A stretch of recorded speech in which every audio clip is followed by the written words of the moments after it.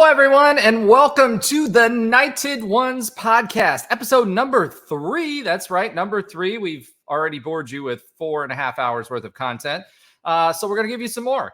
We are the only podcast that features a former UCF National Champion, a former UCF radio host, and several podcasters shooting the breeze, trying to keep their lapels up and having a great time. So welcome to this week's show. I'm going to bring the team in. We'll start off with Josh. Oh, no, we won't. Josh complains, so I'm going to bring him in last. We'll go with Alan first.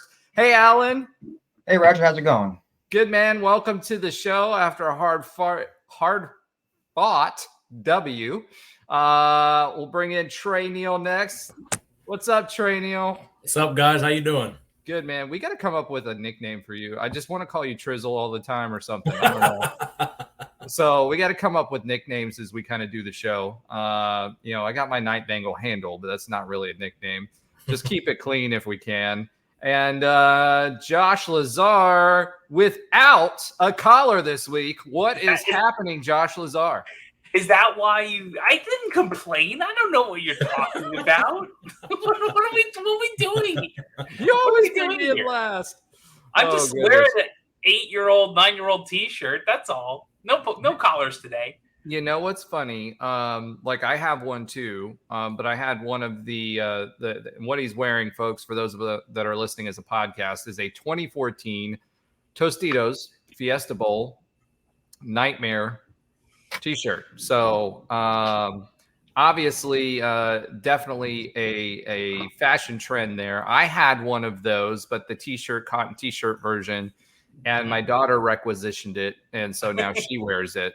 One thing you'll learn, it doesn't matter if you're a father or a mother, apparently your daughter will requisition your wardrobe. So she has her own UCF stuff. Trust me, I've spent enough money with UCF to probably fund the entire NIL program.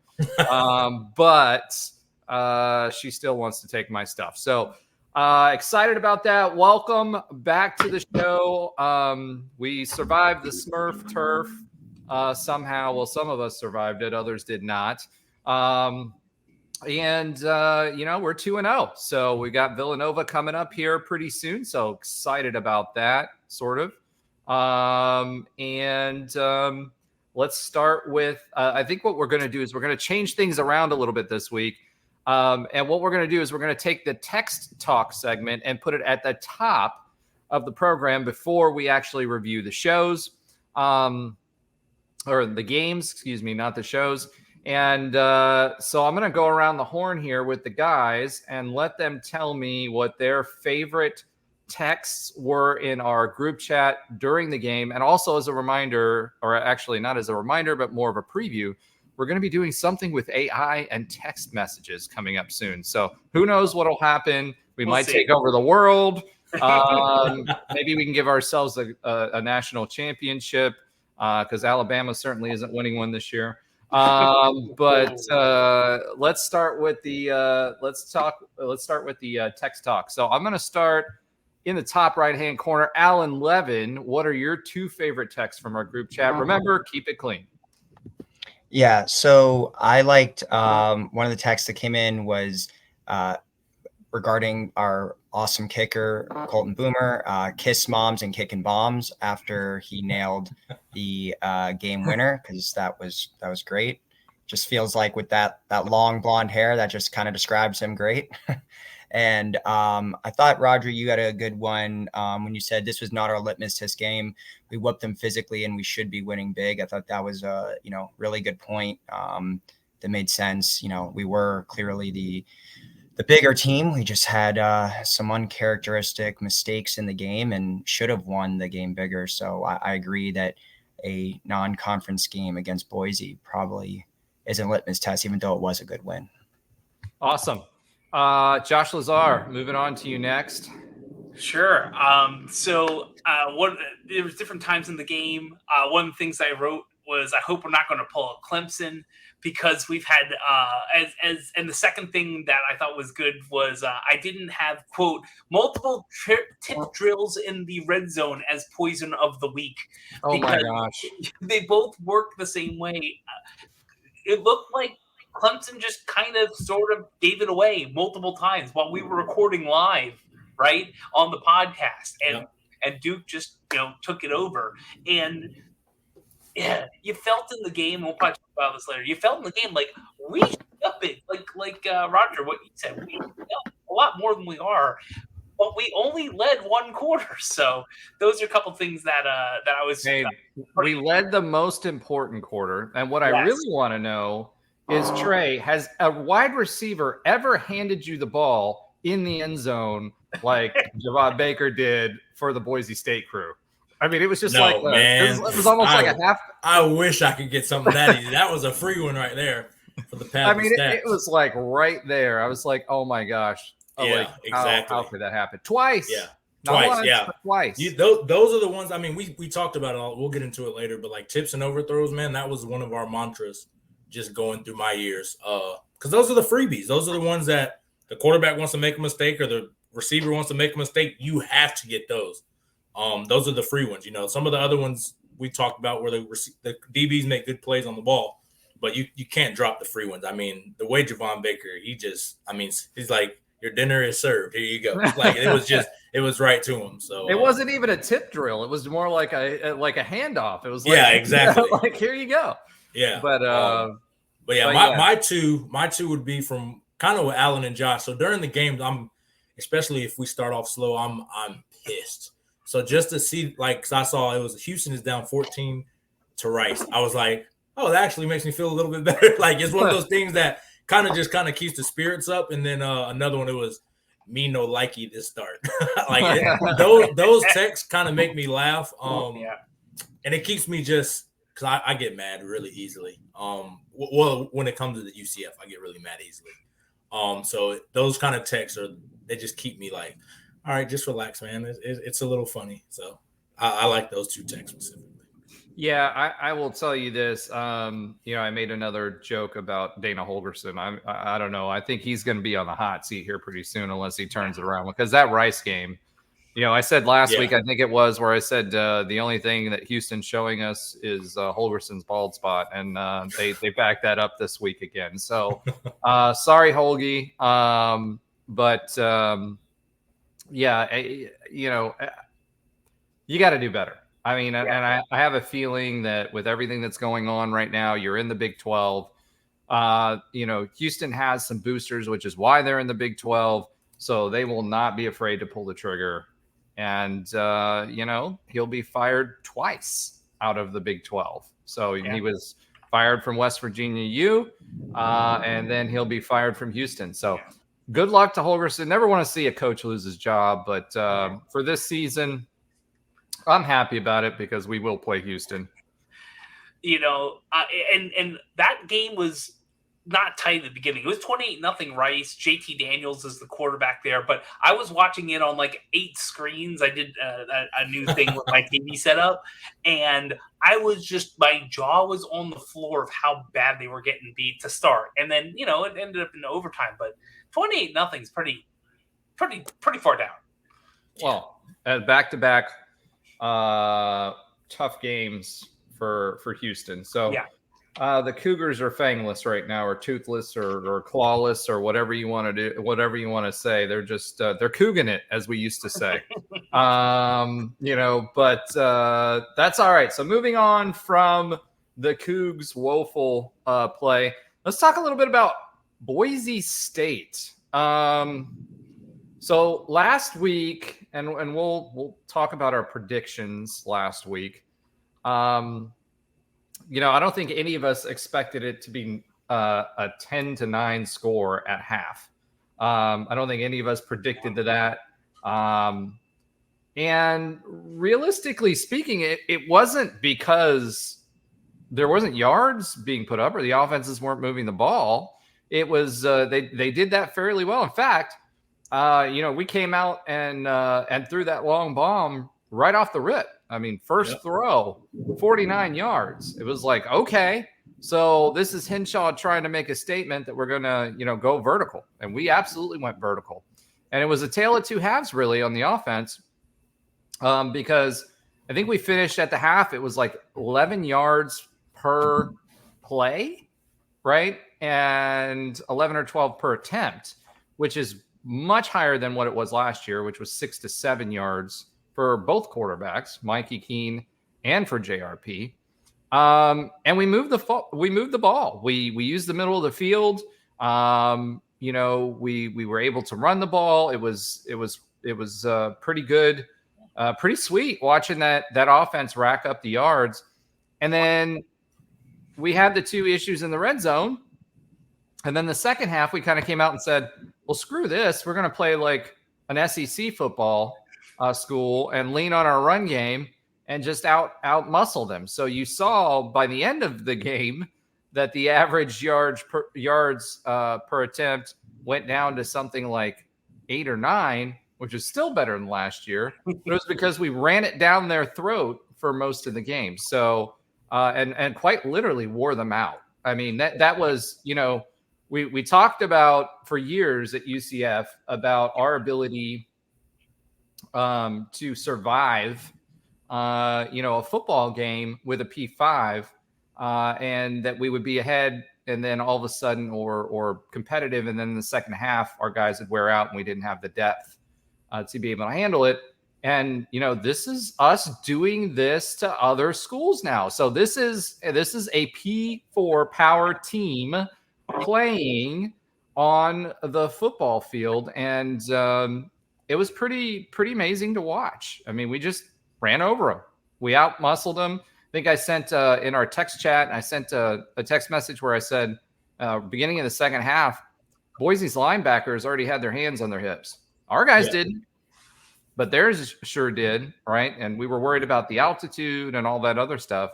But we straight up wore them out. I think there was like 4 or 5 injured Boise players. I think 3 of them were put out of the game. Our guys were just beating them up in the second half. So it was definitely a tale of 2 halves, a lot of frustration. I know I was yelling a couple times. I was watching with my son this weekend. And he's like, Dad, don't worry about it. And I kept telling everybody on the text chat, we're going to win this game. Like, there's no way we're not going to win this game, right? We were moving the ball at will. The defense was stopping Boise. We put their quarterback out. They had some freshman quarterback in there. And Helani was out. And then we injured Crow. And it was just, we were going to win the game. I had no doubt in my mind. So, all that being said, let's dig into the details a little bit. First bullet item was the JRP injury and his performance. So, guys, Alan, I'm going to start with you. What are your thoughts on JRP's performance? And we'll kind of, after the performance, we'll go back to the injury. Yeah, overall, I actually put this on my page. I think that was one of his best performances in a UCF uniform. Statistically, that didn't show, obviously, with no touchdown passes and 2 picks, but we know those picks weren't his fault. Those were deflections or drop passes that, as Trey said, went right into Boise defenders' hands.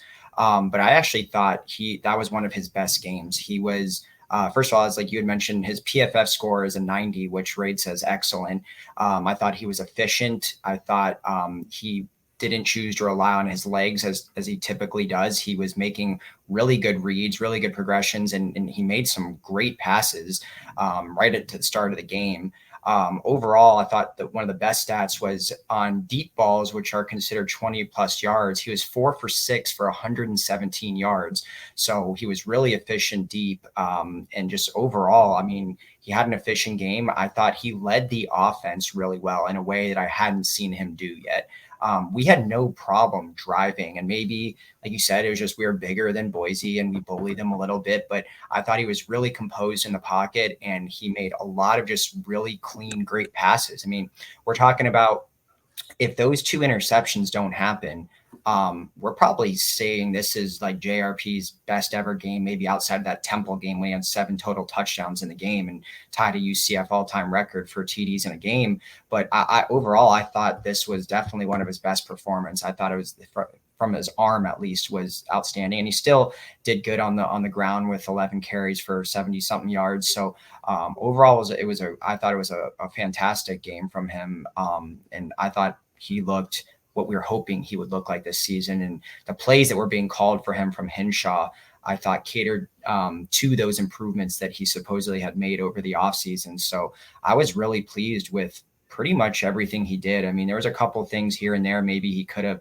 slid faster, obviously, like on that injury play or whatever. But in general, I thought he made great passes, and his deep ball looked really good. And like I said, 4 for 6, 117 yards there. So that, almost, was almost 50% of his stuff came from deep plays. So I was really pleased with his performance. All right. So let's say this about that too. Okay. That injury, well, before we move on, the injury play, that was targeting. Like, yes. Period.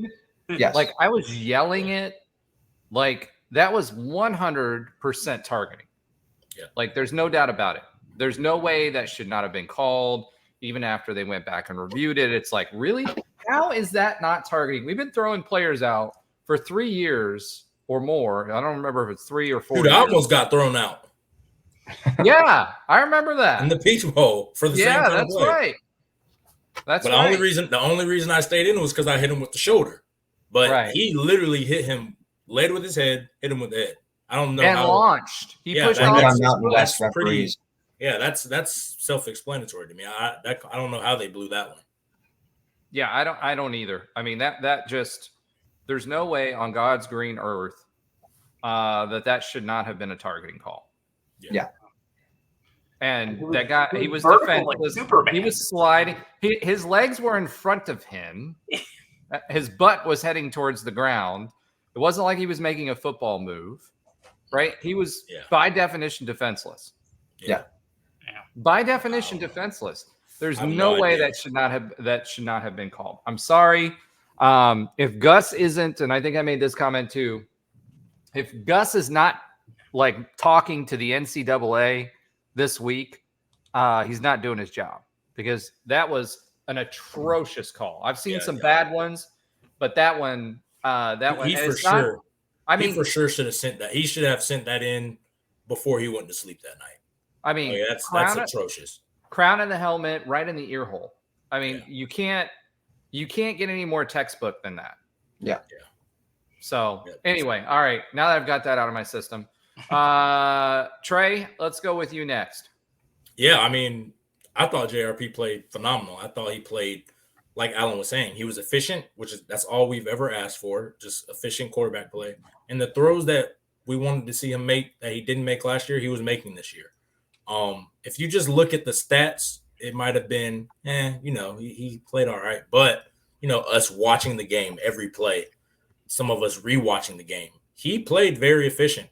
Those 2 interceptions, obviously they weren't on him. But again, if those 2 interceptions ended drives in the red zone, and I think that's the worst part. You're talking about a maximum, maybe a 14-point swing. And I think if we get those early, I think we blow them out by 30, 40. And that's what I think we should have done. And you look at the stats and the numbers, they really couldn't stop us offensively. I mean, like you said, they ran the ball. We ran the ball down their throat, leaned on them a lot, and they were wore out in the second half. So, I mean, what were you saying? I'm sorry.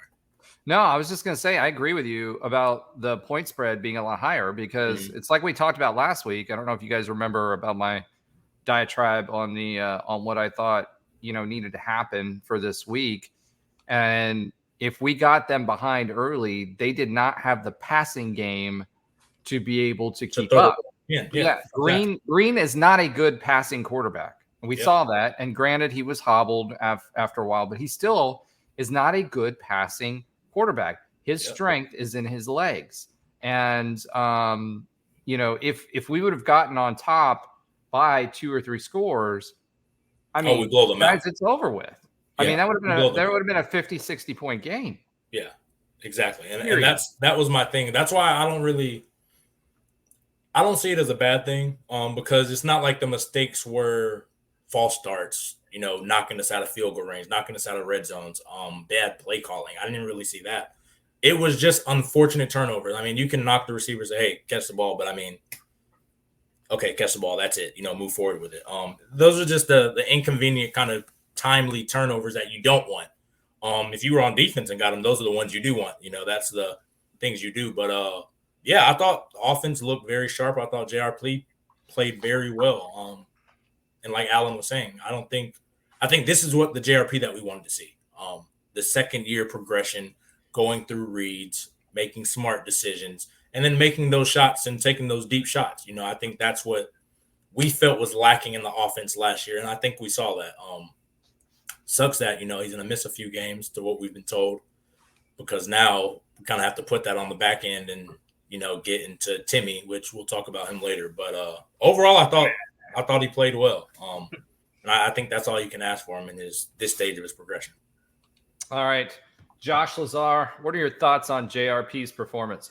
This is – it was so good.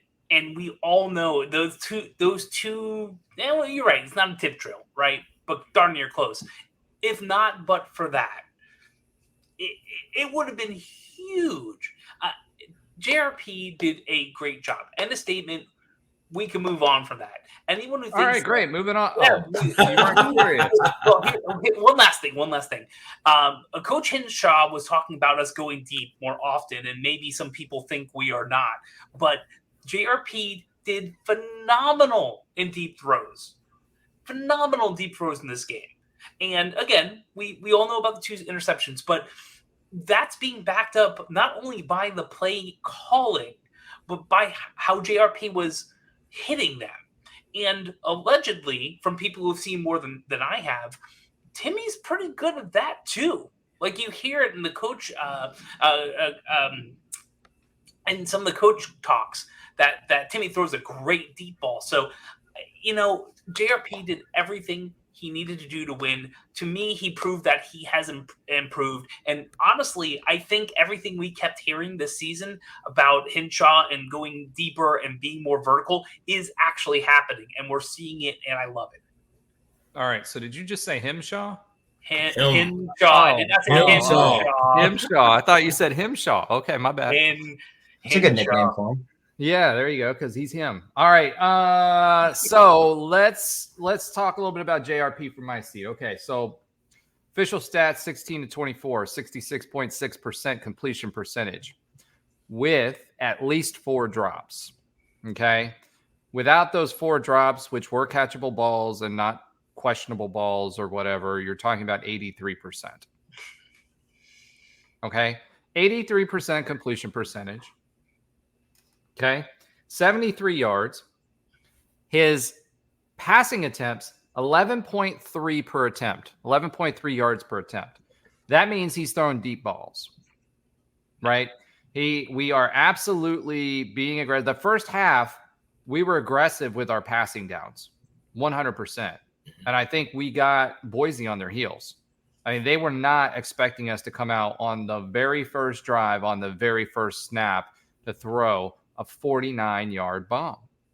So we 100% did that. We also had less motion in the backfield with screens and all that stuff. We used the middle of the field. We used multiple levels of the field. JRP found holes when safety coverage was soft. In last year, we weren't doing that. If they could afford to bring the safety up and have a soft coverage in the back, because they were not afraid of JRP throwing it in the middle of the field. He had 3 long passes there. Okay. We were able to slide our running back out. Right. And yes, we hit him in stride. Like Harvey, he caught one and he had to adjust to the other side of his body, but still it was right where he needed it to be for him to catch it. JRP would have put it on the other side. The defender was coming from that same direction. He might've got a little more yak, but, at the end of the day, by and large, this was 100% progression on JRP's part. You saw what the offense was able to do. We played, I mentioned it earlier, we played 2 different halves of football, okay, realistically speaking. And to Alan's point, the long ball was there as well, which we just haven't had, right? So overall, I mean, the offense actually scored better in this game than they did against Kent State, right? 80.1 on PFF versus 75.4. So in spite of the fact that we scored as few points as we did, which was just enough to win, this offense actually performed better than it did against Kent State when we dropped 56 on them. So we moved the ball. We ran the ball. We were able to pass the ball. Sometimes we could catch the ball.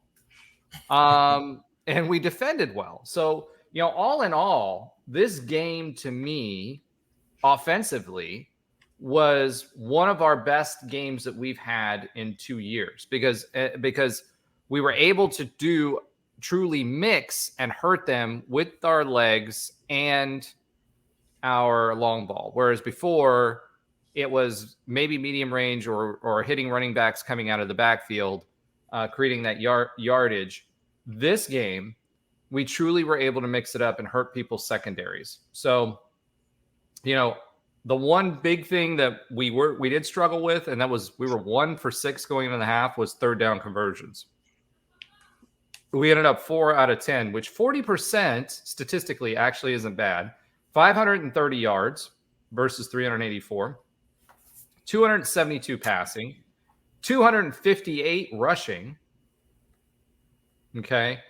So, and we attempted a lot more rushing, but that was because the second half, we put the ball on the ground and we shoved it down their throats because we knew we could run on them and we could run clock because we were hurting ourselves and we did not Volleyball. Another turnover, right?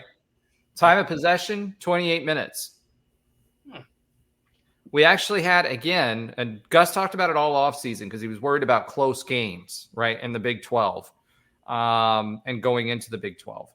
We 100% worked that 2-minute offense to perfection again this week. And for those of you that were out there complaining about JRP never having won us a game, right, when he had to score, he did that this week as well, 100%.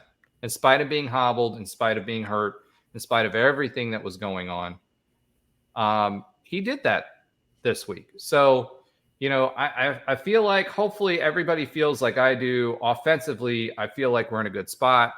The injury. Got a lot more information about the injury this week. No surgery required. Expecting 3 to 4 weeks for him to be out. I'm guessing, and what it looked like to me was a groin because his leg on that hit kind of stuck in the turf. Yep. And he kind of overextended or like no tears supposedly.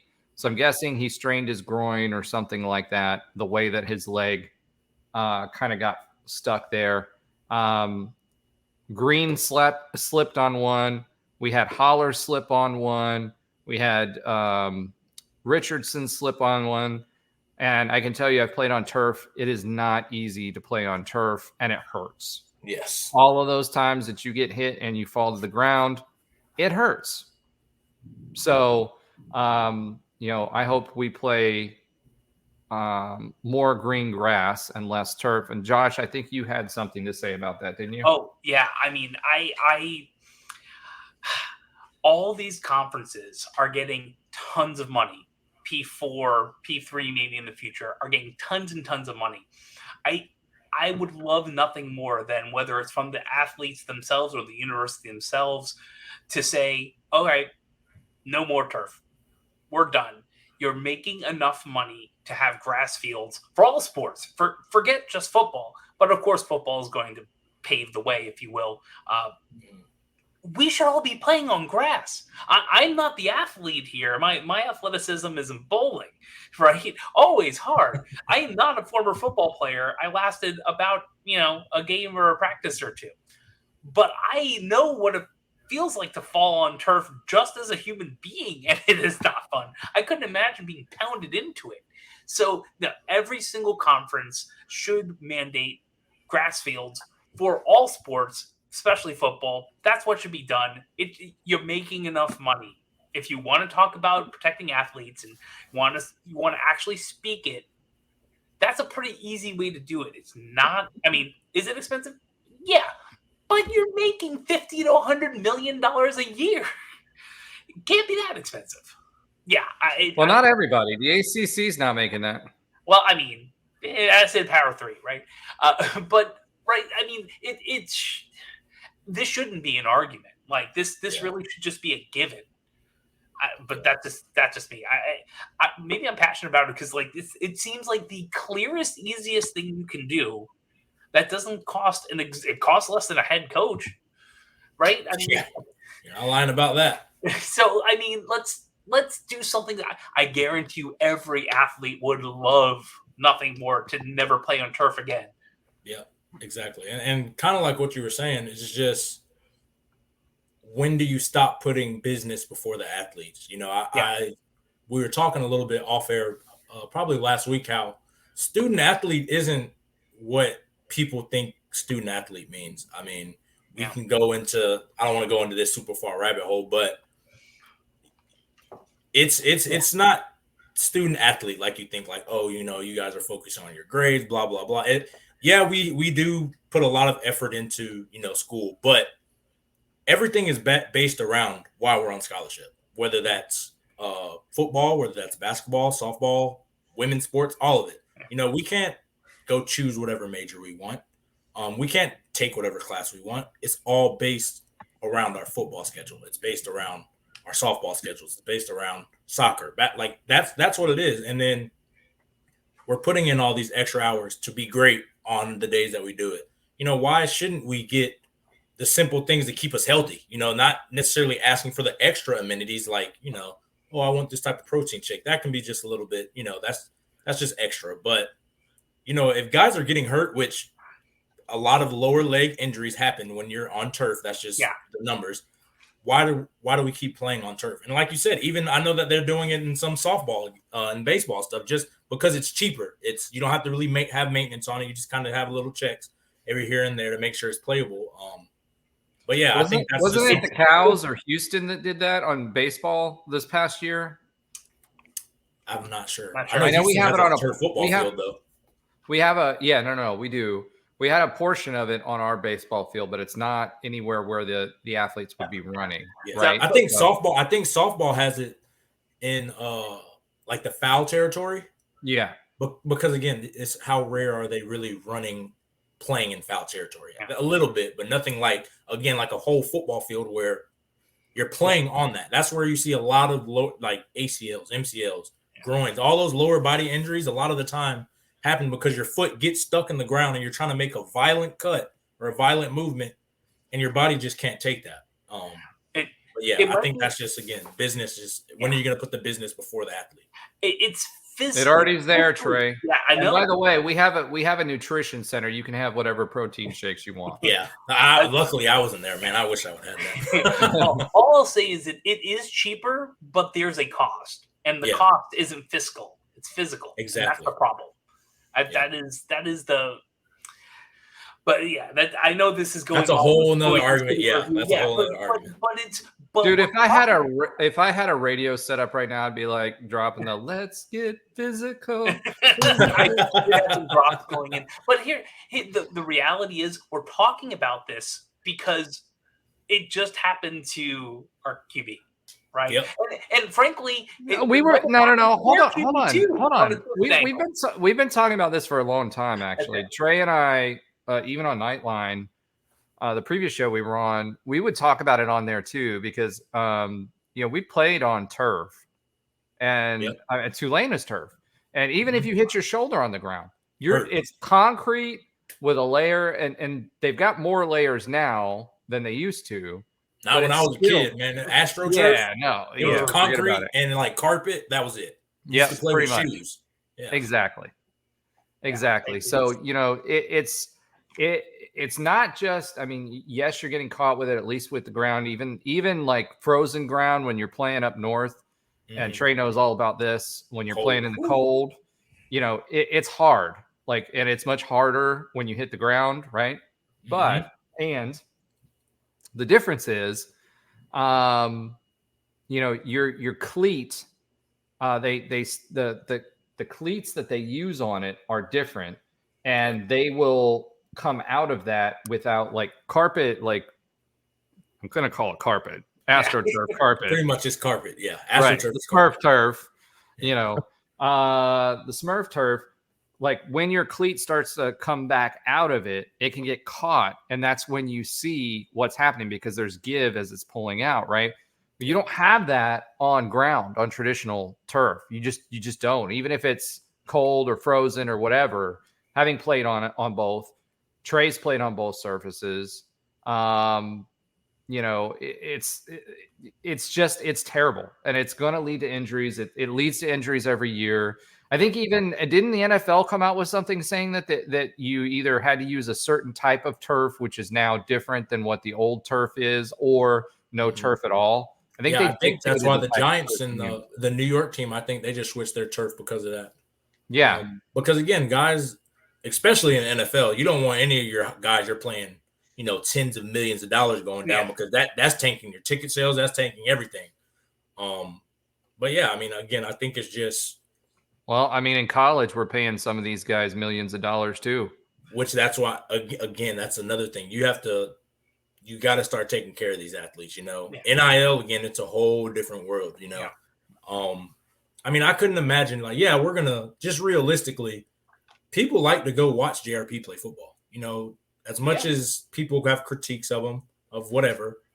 He's very exciting to watch. You know, he is showtime as far as making highlight plays and splash plays. That's what he does. And it kind of like, again, like Mackenzie Milton. It's just different when you don't have those guys, and it sucks to lose them to injuries that are avoidable in the sense with JRP. Mackenzie's was just freak, but with JRP, I feel like those kind of things are a little bit avoidable. With just having grass versus turf. All right, so let me say this about that. This is our grinds our gears segment that's impromptu, right? Old men yelling at clouds. Yeah, you know that's what this is right now, people. And I'm sorry if you're having to listen to it, but you know it's something that's important, right? It's something that's important because I want to bring this up too. I got a text message from a buddy of mine, and it said after the game that there were people actually out there on a certain Facebook group that we all know well. And let me say this disclaimer. Don't take anything in Facebook seriously, folks, because it's terrible. That being said, either wishing or glad that JRP got injured because you're wanting to see Timmy McClain or saying comments like that, you are so wrong in what you're saying and what you're doing. Nobody should be hoping that anybody gets injured. I don't even wish that on the Cows. You know what I mean? As much as I dislike the directionally challenged school from the west of Florida, you know, I do not wish any of their players any harm. Yeah. It's college athletics. I played athletics. I wouldn't want someone to wish that on me. I wouldn't want to wish that on anybody else. They're out there playing for their school. No matter how you feel about them, you know, they're out there doing that and having an injury like that either if they've got NFL dreams, they have the possibility to do that, especially these seniors, you're taking away game film, right? So don't wish that on anybody. And if you are doing that, you're absolutely wrong. Okay. And, you know, just stop it. And it's our own player, by and large. Someone who seems to be, you know, a pretty good dude, you know, no matter what you think of him as a football player. So don't wish that on anybody. I mean, Tre, Mackenzie's injury, what did you think? I mean, that was caused by a Cow player, right? Yep. And what did you think of that? I mean, it was dirty and it wasn't at the same time. You know what I mean? Exactly. And again, preface, we put in so many hours just to perform, you know, just to give you guys a good product. I've talked to, you know, Roger about it off air. You know, we don't want to be bad football players. You know, we don't want to be bad anything at what we're doing. We try to do our best. The Cows do not want to be bad? As much as I do not like them, they do not try to be bad at football. You know, I think those guys, they just are. Yeah. And that's just very unfortunate circumstance. You know, for whatever reason. But again, like even when guys that we were playing get hurt, we play a violent game. And mind you, we play to be violent. It's not like we're not trying to be violent. We want to be violent, but we don't ever want to intentionally cause pain, injury to somebody to where they can't play. We want to play the sport how it's supposed to be played, which is fast, physical, but we don't want to, hurt anybody, kill anybody, nothing like that. So if we don't even want to do it and we're the ones that are risking it, why would fans want that for their own players? To me, I've never understood that. I think it's really trashy. I don't think anybody should wish injury or bad health to anybody. So I don't understand why anybody would do that. 100% agree with that. And I'll say this, as a defender, there's no better feeling in the world than knocking somebody clean on their clean, right, on the show. No better feeling in the world than just getting a really good hit and stuffing somebody, right? Yep. However, even I as a defender didn't want to injure somebody when I played. So exactly. And that was the time when we were able to hit the defenseless receivers over the center. That was before targeting wasn't a thing. That was just called tackling. Yep, that was called separating the player from the ball. Exactly. You know what I mean? Yep. That's what we did back then. That's why I have all this hair on the top of my head so I can cushion the CTE. But that being said, that as a defender, that's the best feeling in the world. But never did I ever want to injure somebody. Mm-hmm. So. All right, we're moving on from that. Timmy McClain, new QB1. What are we thinking of new QB1, former Cal player, former Sanford High School player? What do we think about Timmy McClain as QB1? Thoughts? Yeah, I mean, I'll start off. I don't know too much about him. I think we're kind of I'm going to be interested to see what they show and allow him to do versus Villanova. I think that'll tell us where he's at. Is it going to be a kind of a year one JRP thing where it's just, one read, check down, run?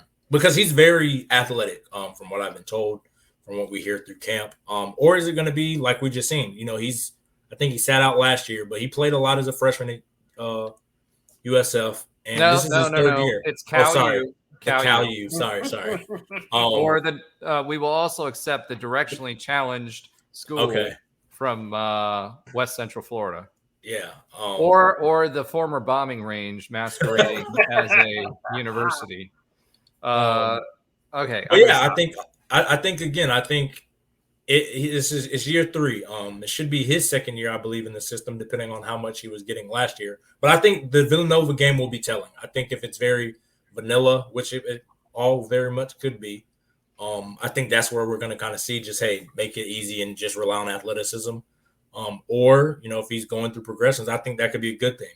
But I really don't have enough information as far as what I've seen him play, because it's been, I think, 2 years now, and he was a freshman, with the expectations of that. So it'll be interesting, I think. I know he's athletic to what I've heard, though. Alan, what do you think? Yeah, I'm excited about Timmy. I mean, Coach Malzahn said today that he was brought here for this precise reason. Coach Malzahn made a concerted effort to go get him in the transfer portal, and he did that for a reason. And Timmy was named QB2 for a reason. And he's a dual threat quarterback. He can rush the ball. He, like Josh said, he does have a pretty long ball. His freshman year wasn't great. I mean, he threw for, just over 1,800 yards, had 5 touchdowns and 7 picks.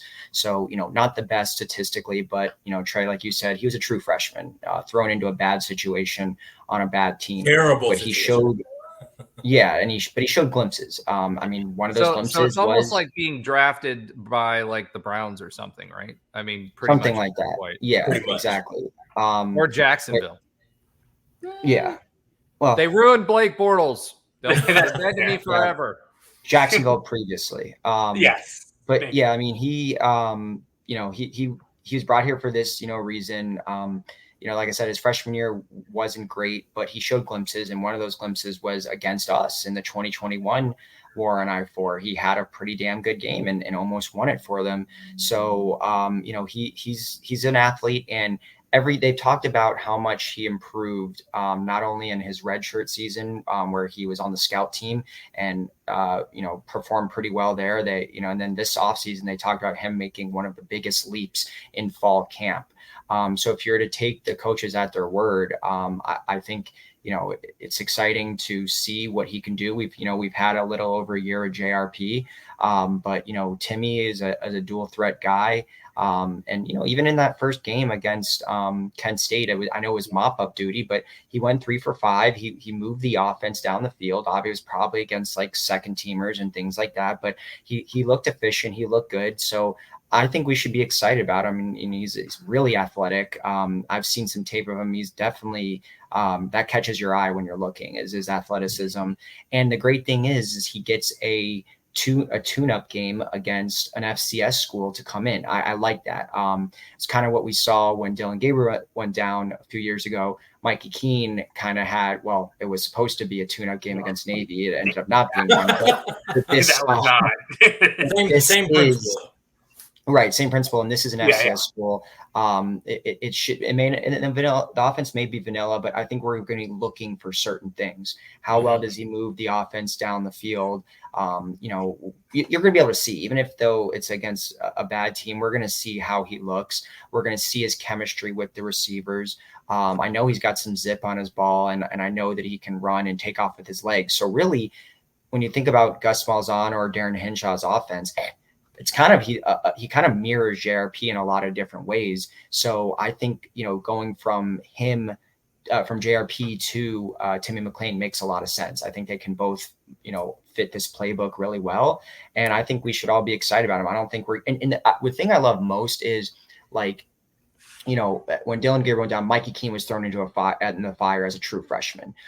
There's not a lot of times where you get your backup quarterback who's been a starting quarterback for an entire season already. So that experience, I think, is going to come into play. Maybe he'll have to wear knock the rust off after not playing for nearly 2 years. But the fact that he started 11 or 12 games and has real FBS experience already, I think that's a huge win for us compared to having to start like Dylan Risk, for example, who hasn't, obviously has never played a down in college football before. So to get someone like Timmy with his experience, and by all accounts, sounds like he made a huge progressions in his game and is a dual threat that can fit this offensive playbook, I say that's good. I mean, obviously, you never want to lose your QB1, but when you have a seemingly very talented QB2, I think it's great. And let's go out there and get them knock the rust off against Villanova before we have our first ever Big 12 game the following week.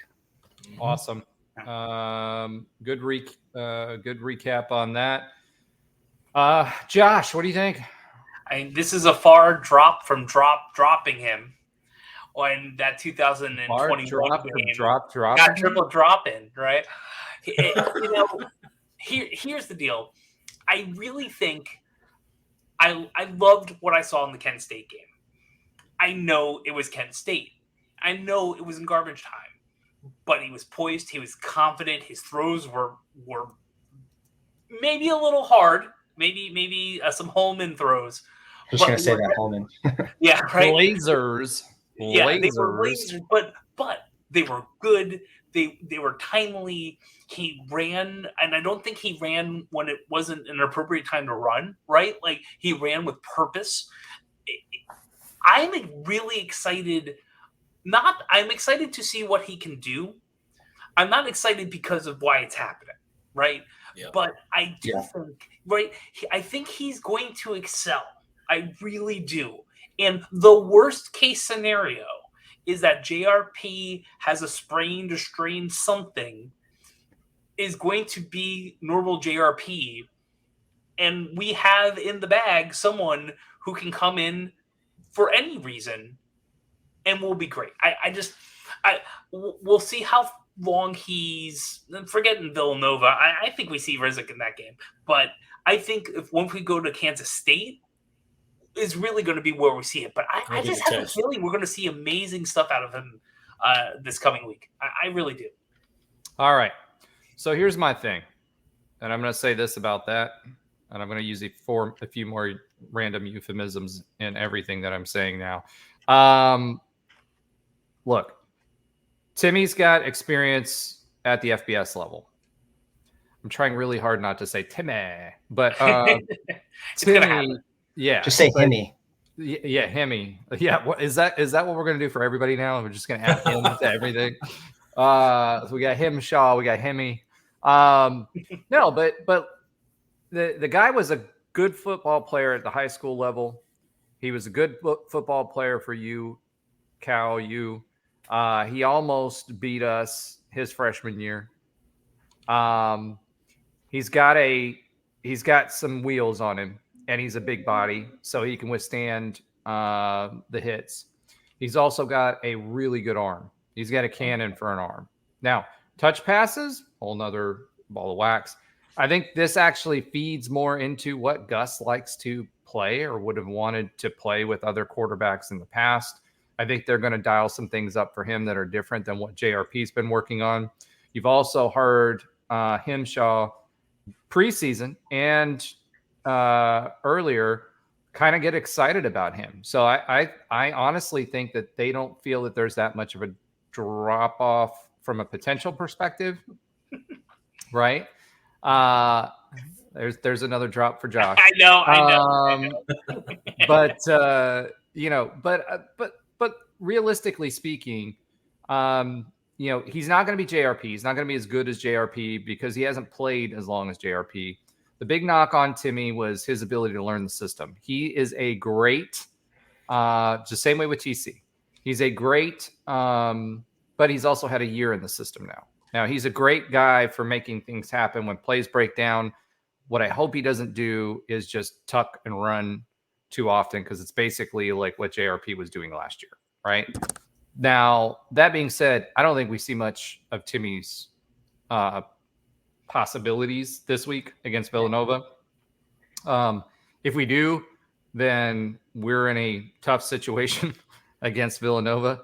But the best case scenario would be for him to basically not put too much on film so that if he has to go for K-State, we have a bye week after that, and we go play at Oklahoma. That should give plenty of time for JRP to rest up, and we'd have a JRP versus DG battle. Showdown, sock down. But I just don't think we'll see that much from him this week. I do think he's got great athletic prowess. What I want to see from him when we play K-State is how well he's picked up the system. Because last year, you could tell, when he did make it in, he was a little bit lost. Early in this season, when he made it in for Kent State, he played well, and he's got a cannon of an arm. So he's got the tools. Let's see how and I'm glad we have like Villanova this week, right? Not K-State this week, because that'll give him an opportunity to play within the system. So I'm excited. I'm glad we have Timmy. I don't think there'll be a drop off from JRP, but I don't think it'll be huge. If that makes any big enough to be like, hey, we're going to lose a game with him. Not the difference between Green and the freshman quarterback that came in for him for Boise State, right? So that's what I think. We kind of talked about the drops already a little bit. It's just like, I don't know how you tighten that up because both guys had their hands on the ball, and Baker, I think, was worse even than Hudson's. But then he came back and made a great catch later in the game. So that one catch where he had that 50-50 ball, and then he tapped his foot, he contorted his body, and then tapped his foot back in, got his foot down. Phenomenal catch. Yeah. Those are just concentration drops. And he had that one other one too earlier before that one. But the thing of it is even Baker came out on his social media and said this isn't going to happen again. He had his Timmy Tebow moment. Wasn't crying, but he did say that he's going to do better. So I don't see. I saw a lot of nerves in that Boise game. We never really got fully going during that game and really hitting our stride.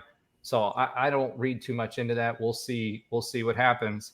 But that offense was clicking, and I'm loving seeing the long ball. Red zone woes. We kind of alluded to that. We got to score points. Yep. Now here's one thing, and I'm going to let you guys wax poetic on this.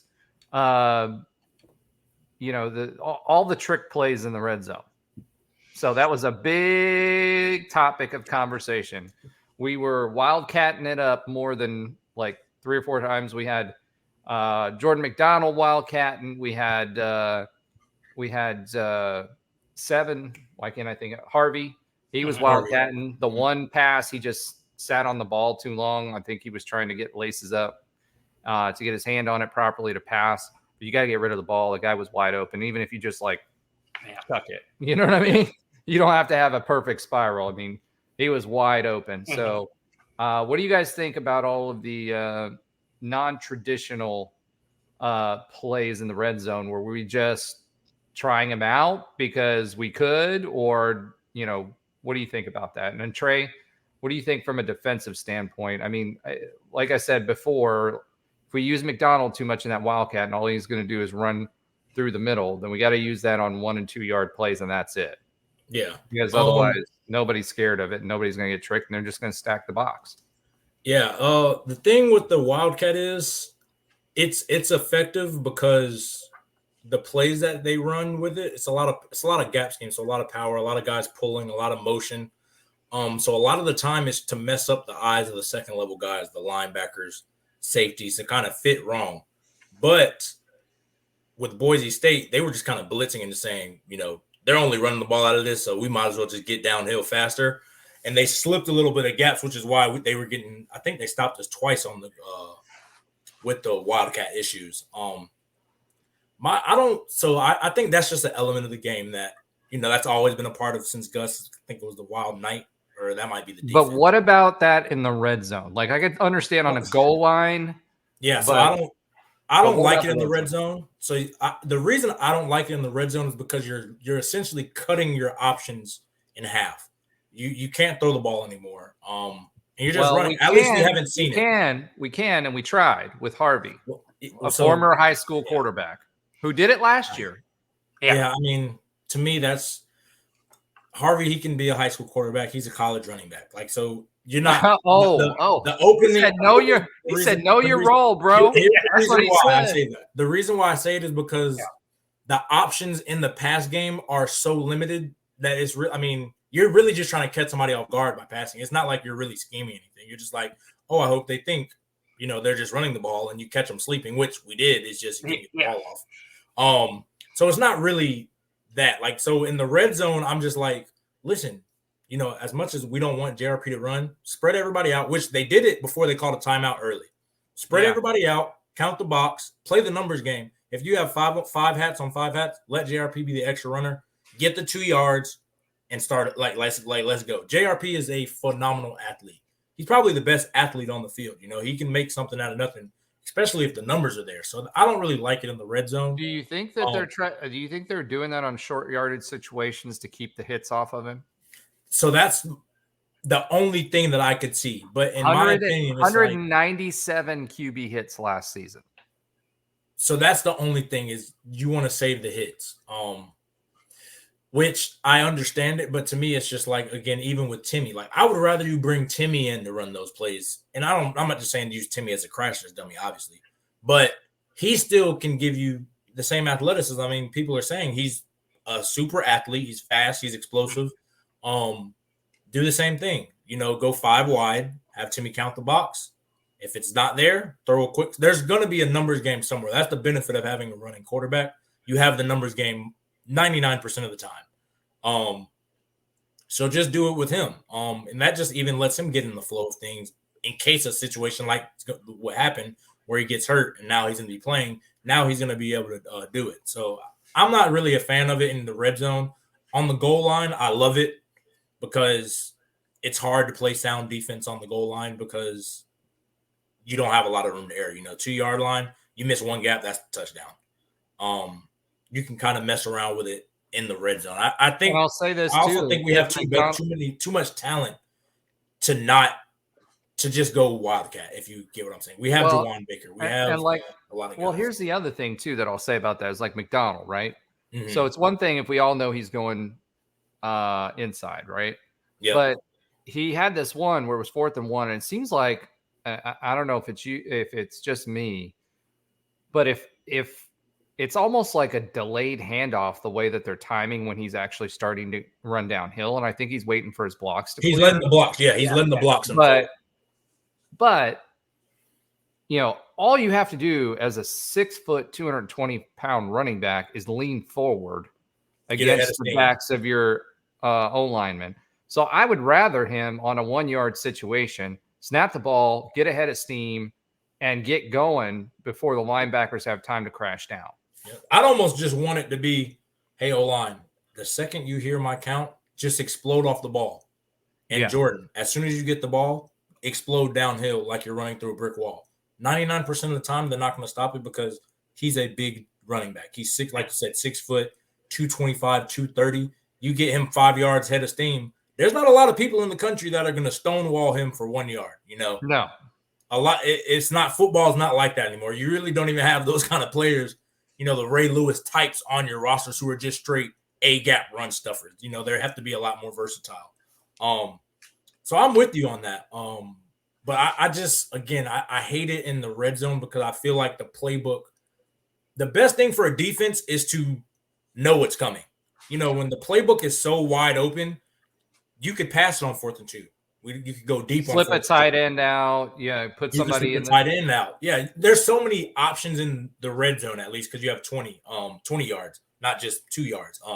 You can't really call the perfect play. You almost just blitz everything. Well, I mean, even if you throw to your running back, right, he's going to have probably 6 yards just sitting there as the play develops. He catches the ball, he gets another 5 yards. Now you're down 10. Yeah, exactly. You're getting him in space because they're going to be looking for the corners, right? Because they're going to be worried about that. They're going to be on their heels trying to follow what's going on. You can introduce motion into that and then slip the running back out. You've got him into space because they're not going to have enough time in 20 yards to react to that. Yeah, and that's my thing. Like you by going Wildcat, it's effective in a sense, but you're legitimately cutting out 75-80% of your playbook, probably more than that, because now you're taking out all of the pass options with the chance that you trick somebody like they did. That's really the only pass plays you have in it. At least to my knowledge from what they do. I don't know if they really work on it a lot with, Harvey throwing the ball a lot, but I think that makes defense's job easier. You're looking for certain plays, Wildcat, you're looking for power, counter, stretch. That's pretty much it. And then the occasional trick play. So I just hate that you limit the offense and you want to put stress on the defense in those situations. You don't want to make them be able to play fast. Alan, thoughts? I mean, I think Gus has a tendency to get a little cute, or he knows his, with whether it's in the red zone or just anywhere on the field offensively. I don't have like a huge problem with it. I mean, for me, like Jordan McDonald, like it depends on the team, right? I think like we all said we looked just bigger and more physical than them. Like if he's experimenting with that against like Oklahoma or Kansas State, that may be a much bigger problem. With Boise, I don't know. I mean, I think it messed up a few red zone opportunities, but I didn't feel. But Alan, you're discounting something. Remember, Gus is not calling the plays; it's Hinshaw. Well, I call that a Gus influence. I think that's Gus. Yeah, Gus influence is clearly there. I mean, it's definitely. He's still on the headset, Roger. He's probably like, hey. Hey, we established last week that he was picking his nose on the head and not on the headset. So I don't buy that Gus Malzahn is completely out of the play calling for 1 second. Like he's influencing it a lot though.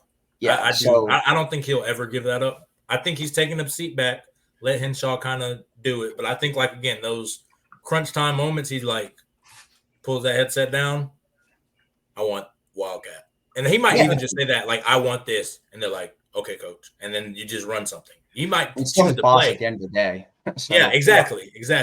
So I thought there was more red zone issues than just that. I mean, we talked about the drops already. I mean, that wasn't a product of the Wildcats. So, it was an issue. I would rather, and maybe it was to protect JRP, which that's good. They do need to protect him. Overall, I think let's see if it keeps happening for the game against Boise. Didn't love it. But I'm a little bit more like neutral towards it. I'm going to see, how that progresses as the season goes on. And now with Timmy in, maybe that changes that whole scheme or that whole strategy up there. So, but I think there was more than just that with the red zone, issues. I saw a couple other things there, especially with the drops, but maybe it was a little bit too cute. I just hope they call it smothered and covered. If they don't have a play call called smothered and covered, I'll be upset. All right, Josh Lazar, what do you think? We would not have this conversation if they all worked. We wouldn't, right? Yeah, but it's been 3 years of this. I mean, before we had that Kentucky transfer quarterback guy that was a 4-star that transferred to yet another one. Yeah. Didn't even remember his name. Joey Gatewood. Joey Gatewood. Yeah. No, and I agree with you. It was the Joey Gate won't special is what that was. Do I like it? No. Would I rather just see us run down their throats like we knew we could and did in the third quarter? Yes. Would we be talking as much about it if most of them didn't work, if not all of them? Probably not. But we should just expect this. When we were told, or we had conversations with fans of Auburn, we were told what we should expect, which is QB controversies. O-line, that's iffy. Not happening right now. And cute or trick plays when they're not necessary. Well, hold on. The O-line was actually the next thing before we moved on to defense, right? Besides CFB, and I'm not talking about college football there. But let's since you mentioned O-line, false starts, bro. Yeah. False starts, and that's on a lot of that's on our center. But it seems like the same guy is committing 72, who is the transfer. Why can't Marcellus Marshall? Yeah, seems like it's on him quite a bit. And Metcalf has been off with his snap counts quite a bit. So some of that's being caused by him. He's either early or late with it. If you really watch what they're doing and what the rest of the offense is expecting, he's not consistent in his snap counts. And granted, he just transferred. He didn't get a whole lot of time with the ones. They just decided who they were going to have do that. So I think there's some room for improvement there as well. Yeah. And so the knock on Gus was not recruiting a great offensive line. And to be, yes, there's issues. And honestly, there probably should have been more false starts than the ones they got. I mean, if you were watching a lot more holds too on both sides. Oh, 100%. So maybe that isn't happening as much. QB controversies are happening or aren't. We know who QB1 is, but we've had 4 other QBs doing pretty decently elsewhere, at least 3 to 4. So there's kind of that. I don't think the O-line thing is real with Gus. At least I think we're doing pretty decent. They need a gel. Yes, we need to get a little better. Yes. And what a great time to have a new quarterback when we're having an offensive line that might jump a little bit too much. So that's going to be interesting to watch too this week. But going back to it, the cute and trick plays were just kind of a part of what Gus does. And do I love seeing it? No. I love it when it works. But, we have the tools. We have 5 running backs. We probably have 5 wide receivers. We have the tools. We have a couple of tight ends pretty darn good. Just run the ball. Just throw it to X, right? You don't need it. And I think that's the frustration. It's more so, hindsight, of course, when the trick plays work, oh yeah, that was a great trick play. I was so sweet, with so much pizzazz. Yeah. But when they don't, it's like, it's not like we're at a talent deficit though. Yeah. There's no pizzazz. It's literally just like a little fun trick play. Well, it's not even that. I mean, every once in a while we'll have a trick play where they'll actually pass the ball. I mean, like the JRP attempted catch last year where we got a PI, which ended up working out for us. But yeah. My issue is just it's not like we're at a talent deficit at the offensive skill positions. It's not like we don't have enough receivers where we have to steal plays. It's not like we don't have a good enough running back room or tight ends. It's not like we have to be Memphis. Yeah, exactly. We don't have to do that. All we need to do is just get the ball to our playmakers and let them make plays. Granted, they had some drops early. But again, I don't think I think we're at a point to where we can just beat teams because we're better than them as long as we're efficient and we take care of the ball and make plays.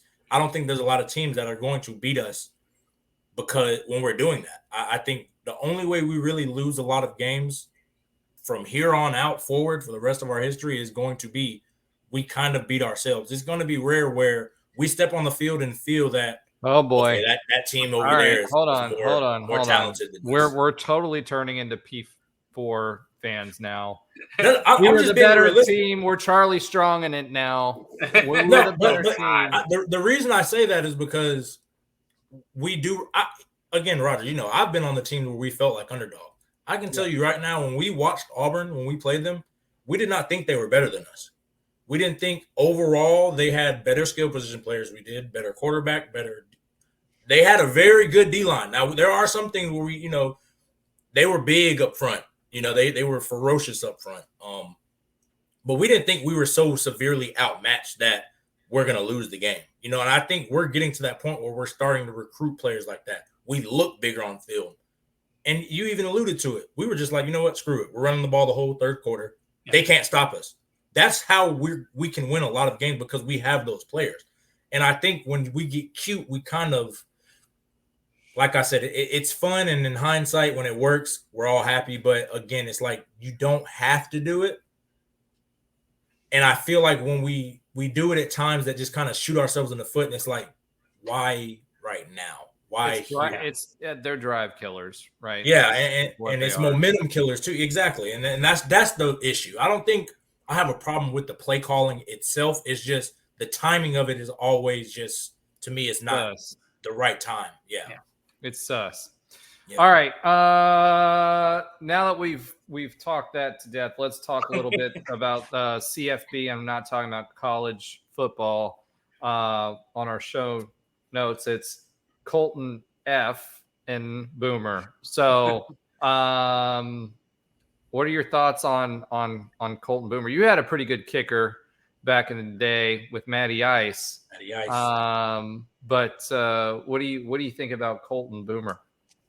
Yeah, I mean, hey, I'm very hard on kickers because to me, I'm like, listen, I've seen you guys practice. I've seen y'all work out in the off season. Y'all are just kicking, hanging out, having fun. But I do know it's a lot of pressure. I do know your things, when you mess up, are magnified times 100. Kind of like DB, you can get beat because of somebody in front of you, but because you're the last line of defense, you're always magnified as why didn't you stop him? So I get it. But he handled his business, man. He was draining some NFL kicks. And I think we mentioned in the chat, that one he made from 56 is probably good from 60, 62. He has a leg on him. Easy. Yeah, so I think, those are things that I appreciate because, again, that guy, he's just going out there. He's doing his job. He didn't look flustered. I tried to ice him. Boom, he drained the first one. Came back out there. Boom, drained it again. To me, that just shows a kid that he's not scared of the moment, because I've seen a lot of the Memphis kid when we played him, that AFC, the championship game. Yeah. He went out there. I think we blocked it. They got a flag for something because of delay a game. But we could see it in his eyes. He was flustered. He wasn't going to make that next kick because the moment got too big. I don't think that I saw that with Boomer. So I think that's just one of those things, hey, that's props to the kid for that. He's got confidence. He's kicking bombs and kissing moms for sure. Oh, yeah. And you can buy his T-shirt if you want that because he's got a pair of socks that says that too. All right. I want a little bit of that NIL money, Colton. All right, Josh, anything to say about Mr. Boomer? I'll reiterate what Gus said. He should be perfect in college football. There was one where it wasn't supposed to be snapped or whatever, and it's the one miss he had at 63 or 70 yards or some ridiculous 62 yards, yeah. 62, yeah. He should be perfect in college football. He is a phenomenal kicker. He has that confidence. And I will tell you, if you watch that down the pipes, it does that little wiggle in the back end. I'm like, something. So it was it's a knuckleball. It's a knuckleball. But I don't think he had any hesitation. I love it's just like Matty Ice, man. Like just ice in his veins, hitting it every time, and the entire team has ultimate confidence in it. And I will say this in our kicking game, I miss Mac Loudermilk. That dude was hilarious. I love that dude. He was amazing. Like, and he's just like that in real life, by the way. Hung out with him before in real life. Like that's like literally who he is. So like, he's one of my favorite. He will always be one of my favorite specialists of all time. Matty Ice, obviously, great kicker in his own right. Aerospace engineer, super smart kid.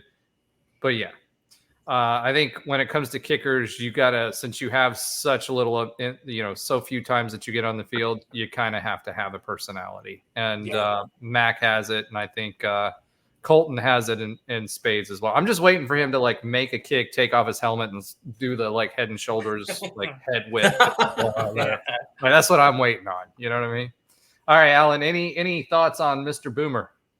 I mean, he's the man. I mean, it's great to go from, when you lose, you really don't think about a kicker too much until you don't have one that's reliable. And when you had Matty Wright for all your, Matty Wright's the school's leading leader in all points and total points scored. To go from that to Daniel Obarski, who was not reliable at all and just wasn't great. You were like, wow, we lost something that was such a key, such a valuable piece of the team. So to have that back again with Colton Boomer, who's missed, one field goal his whole career, and he hit the 55-yarder he hit on Saturday, tied a school record for the longest field goal in UCF history. And then which Boise's kicker also tied a school record for the longest kick in that game as well. Yeah, and then, for him to score 12, he had 12 of UCF's 18 points. Yeah. He was the reason we won the game. Let's be honest. He hit a 55-yarder, and then the 40-yard game winner was just cold. To just on the road and it's the first season of the Big 12, a lot of pressure. Boise hadn't lost an opening home game in 21 years. That was the first time they lost a home game as their opener in 21 years. So for Colton Boomer to just nail all of his kicks confident, like you said, with a ton of room to, maybe make it a 61, 62-yarder on that 55-yarder, he did it with ease. The kid's a G, and we're lucky we have him, and he's the reason we won that game. But sometimes it comes down to field goal kicking. So now we have our kicker for the next 2 to 3 years, and I'm excited to have him. And what a gutsy, awesome performance by him. Awesome. Yeah. And he's friends with Matt Prater, so that's awesome too. That being said, the only other shout out I want to give for this game for the specialists is I do want to give a shout out to whoever Boise's Aussie punter was, because that dude, and he did it not just to us, he did it the previous week at Washington too, was phenomenal. So Boise, hold on to him as long as you can, because he's definitely good, and he's not even kicking rugby style, which is what Aussie kickers are known for, or punters. All right.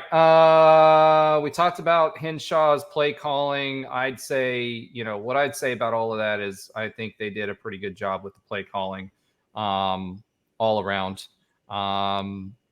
He came out with the vertical game, and then they were able to switch gears and wear them out with the running game. So 100% we did enough to win the game. Just that was all execution. And I think to Trey's point earlier, I think we would have run up the score had we finished those initial 2 series. All right, defensively, I'll say a few things that I noticed. One, Boise used a heck of a lot of motion pre-snap, and it was confusing the crap out of our DBs. They were sticking with their assignment and not adjusting. So they need, I'm sure they will point that out in the game film. If you watch it, all of the big gains that they had sideline to sideline, there was some sort of pre-snap motion where they're bringing a receiver across the field. Somebody had to check up. Our strong side turned into our weak side, and then someone totally missed their assignment. So that was one thing. Good on Boise, right? Bad on us. That's something that we need to adjust. Gaps early on, linebackers were not filling gaps. They were missing gaps. They weren't aligned properly. I think they have, a yard to the left or the yard to the right makes the difference between a step and stopping a play and not stopping a play. So they weren't getting to the gaps fast enough to penetrate because our alignments were off. So if you're watching that and wondering why the linebackers were a step behind, it's because our alignments were off. So that's something that we're going to need to work on in coaching. We did not maintain the edge very well early on. I told you guys last week that was a key to this game, given, and they didn't run between the tackles that often. They were getting stuffed up between the tackles. Our D-line, we played a lot of 3-down linemen this time. And when we played those 3 D linemen, we were still getting pressure. People are like, oh, we weren't getting pressure, blah, blah, blah. We were getting pushed around. No, we weren't. Just because they didn't get sacks doesn't mean they weren't getting pressure. He was constantly rolling out of the pocket. The line was moved back. Our guys were disrupting plays for Green and for the other quarterback, whose name I don't even know. They were getting those pressures. We do need to be. They were isolating Celiscar in a lot of different plays and keeping him inside so he couldn't maintain the edge on the outside. So there's some scheme things that need to be worked on from that. However, previous seasons, we always talk about tackles for a loss. We had 8 tackles for a loss in this game. Who would you, just quick poll, who do you guys think the leading, if you haven't seen it, who's the leading tackler this game? Tremont. Okay. Yeah, 3, Morris Brash or Lee Hunter. Okay. It's D-line. Someone on D-line. It's not Yates. Although I saw him a bunch. I tell you, I love him, but I'm thinking line. Okay. Jason Johnson, 8 tackles, 4 solos, half a tackle for a loss. Josh Celiscar next, 7 tackles, 4 solos. Walter Yates, 6 tackles, 6 solos, and 1 tackle for a loss. Tremont Morris Brash, 1 sack, 3 tackles for a loss. 4 total tackles. So, when you're talking about 8 plays for tackles for a loss, you're talking about 70 plays. That's 15% of your plays are tackles for a loss. That's pretty good numbers. On top of that, we had 2 sacks, but we disrupted a lot of plays. So I think they did really, really, really well. The defense, our PFF scores, led by the ends. Our edge rushers are doing what they were supposed to be doing, with the exception of maintaining the edge on the plays where they were getting outside. But a lot of that, again, was linebacker alignment and not getting where they needed to be able to push them out that extra few steps to give them time to come up and tackle. So, defensively overall, pretty good game. Held them to 16 points. I think they put 20-something up on Washington the previous week. And again, this would have been a heck of a lot worse if we were forcing them in passing downs because they were playing from behind. So linebackers have some work to do. Ryan Davis has some work to do. He did not play well. Malachi Lawrence played pretty well. He had another sack this week.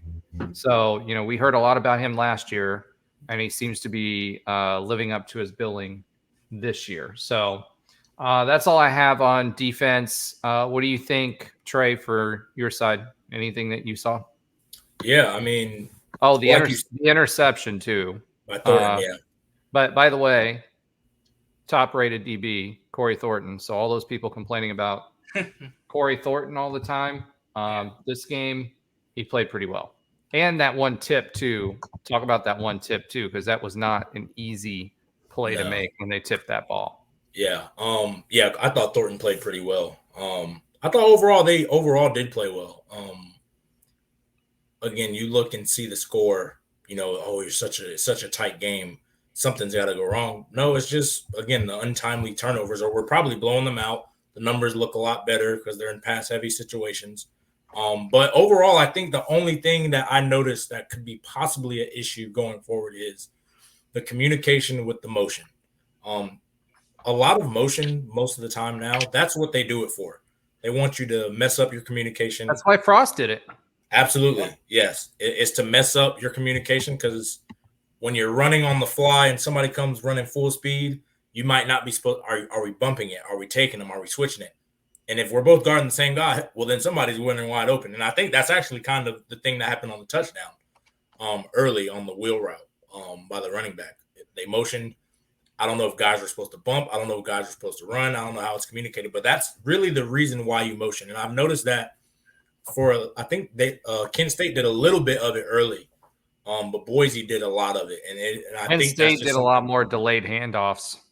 Yeah. That's what they were doing. Mm-hmm.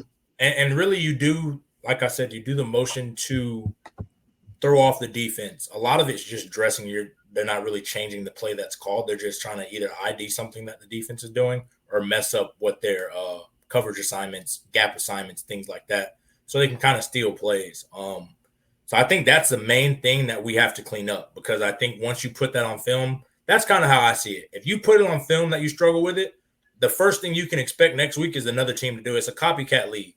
Then you're going to hear that forever. If Boise can score on this, as Villanova, as Baylor, hey, if we can get us a cheap touchdown because UCF can't communicate, let's steal us a cheap touchdown. And remember this too. We are going to get Villanova's best shot because we're one of their premier games. So like we used to think of like getting Clemson on our schedule or getting like Alabama on our schedule or Georgia on our schedule. The thing people have to remember now, every G7 team, that gets us now, or any FCS team, they are going to be like what we were doing with Kent State and staying vanilla and not really game planning against them.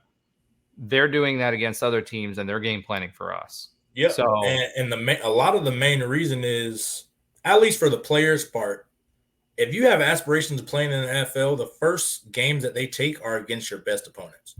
So those Kent State guys, the Villanova guys, if they have any aspirations of playing in the NFL, those scouts are going to go to that tape versus UCF, because that's probably the only game they're going to play all year where that's where the most NFL talent is. Let's see how you match up against those NFL guys. So they're always going to be giving their best shot in those games. So that's why I'm just like, we should beat them, but don't take them lightly. I think the one I remember the most was the Austin P year. They weren't really. I mean, talent-wise, they shouldn't have even been on the field with us. It shouldn't have been a close game. We should have beat them 100-0. That was the Healy effect, which, by the way, Healy is now on our team. That head coach that you guys played against is now an offensive assistant for us.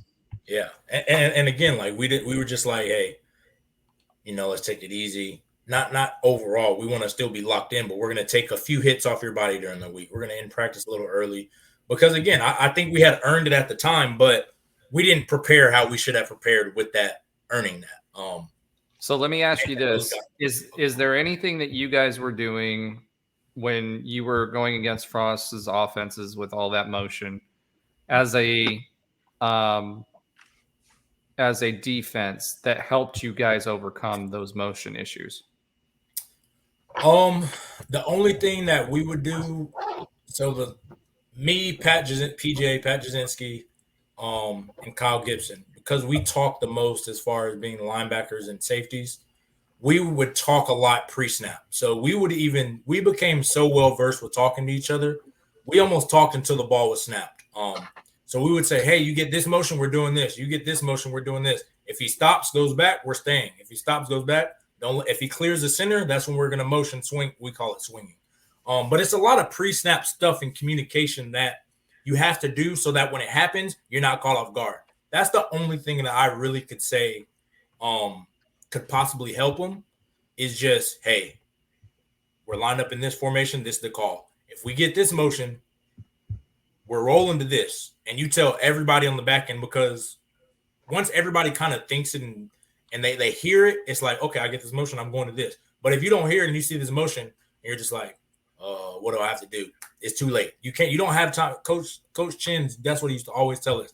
When the game is playing, you don't have time to think. You're just reacting. And if you're trying to think, then react, that split second of thinking, like Roger said, that's the difference in making the play and giving up a touchdown. I think that's how fast the game has become. So a lot of it that can be solved would be pre-snap and kind of knowing what to expect or what to come and kind of eliminating those issues before they happen. And then a lot of that's really in the film room, doing film with each other. I don't know how much they communicate, safety to linebacker to up front, things like that. But however their communication goes, you just got to kind of watch film and see. What we used to do, we just go through like a game and be like, all right, this is the call.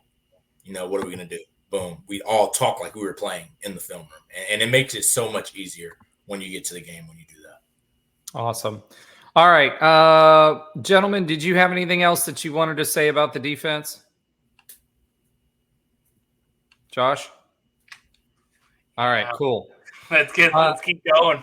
All right, so moving on.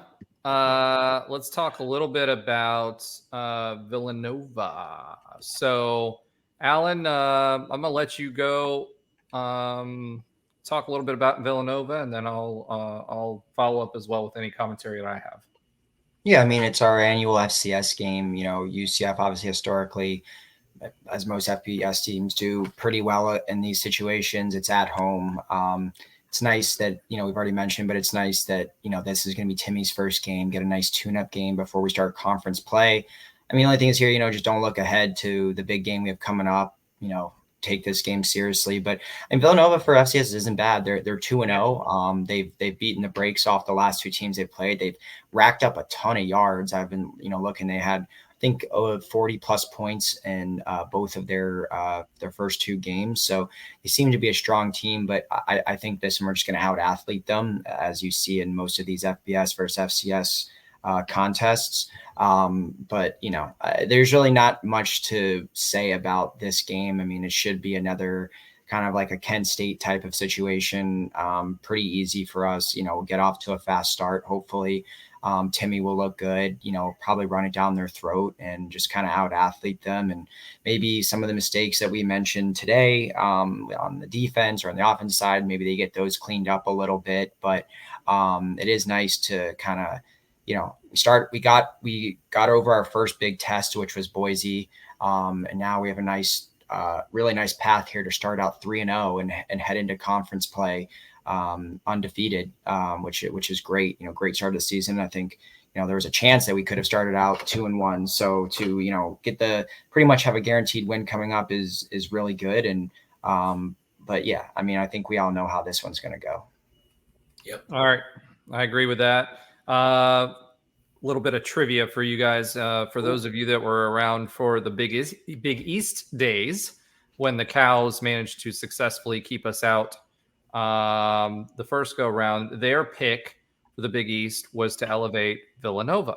So they wanted them to invest in their football program to bring it up to D1 level and invite them to the Big East instead of us. So kind of funny now that the Cows are left in the AAC and Villanova's a bye game for us. So, interesting turn of events and amazing what a decade or so will do for that difference. Now, as far as Villanova is concerned, their QB, they are racking up a lot of yards. Their yards per attempt is ridiculous.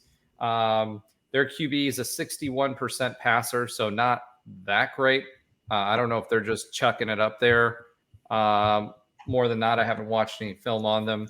He's got 4 TDs, 1 interception, so a lot of his yards are just yards, and then they're handing the ball off to try to get it through the red zone. He's got 1 interception. He's been sacked 5 times for 30 yards.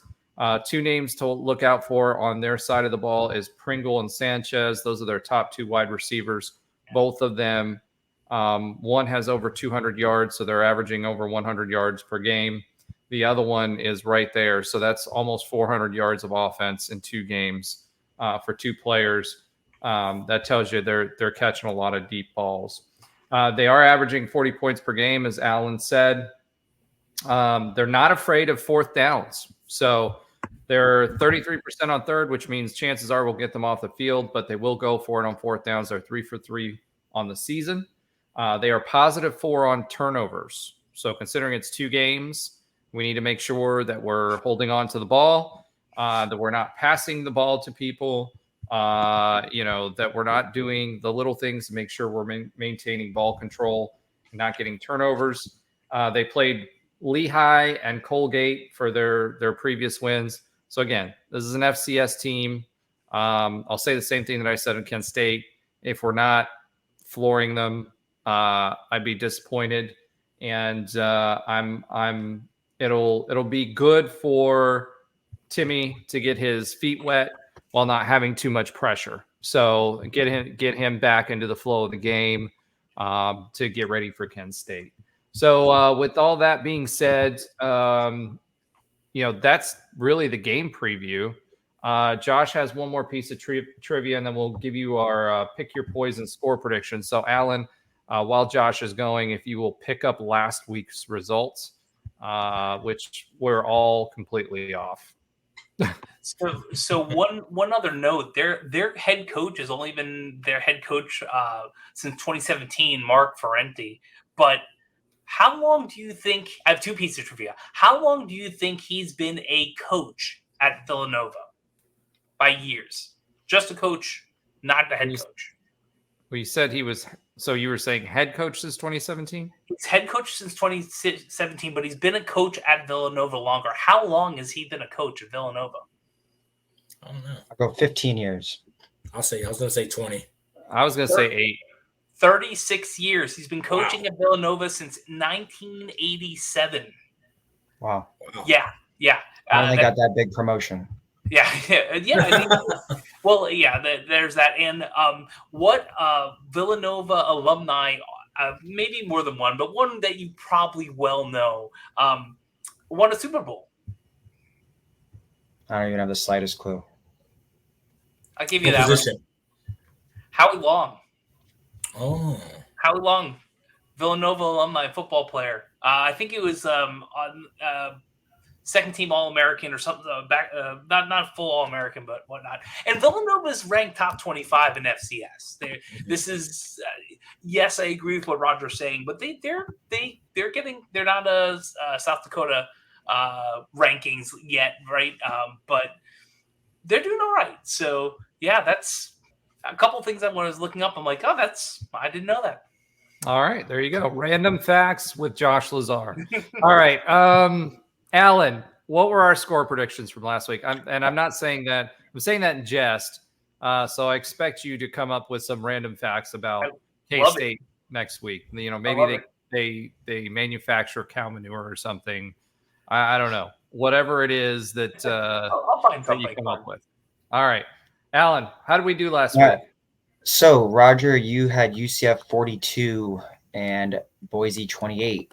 Trey had UCF 37, Boise 21. Josh had UCF 38, Boise 24, and I had UCF 34, Boise 24. So by my calculations, I believe me and Trey tied for the closest. I mean, obviously we were still pretty far off. Although Trey's Boise score was only 5 points off than what they had. It was more so our UCF scores were way higher, but I think Trey and me tied because I had 24 for Boise, at 21, but he had 37 for UCF, and I had 34, which was the lowest number UCF number out of all of us. So I think we tied there, but obviously we were pretty far. I don't think many of us expected a 18-16 type of game. Yeah, both sides. I expect both of us to score more. Honestly.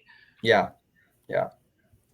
I think that's what we call to bring back a segment from Nightline, the unforced hot take of the week. So, all right. So with that being said, let's roll into this week's game. So pick your poison and give us your score prediction. Alan, let's start with you.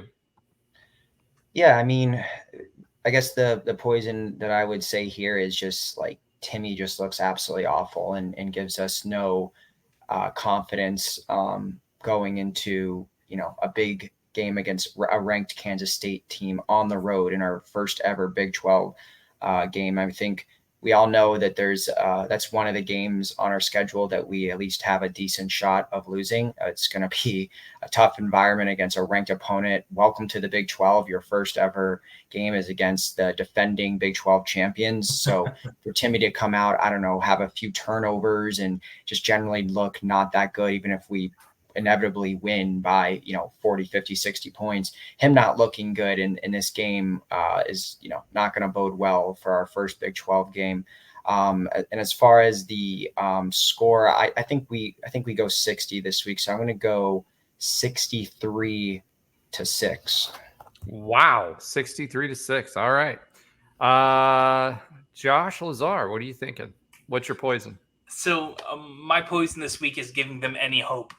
Not that I feel like they're going to win, but I don't want them to have even an inkling like there's a chance that the 2s and 3s aren't coming in the third and fourth quarter. And last week, my keys were pretty much dead on. Come out strong, contain 2, and protect the football. We did none of them.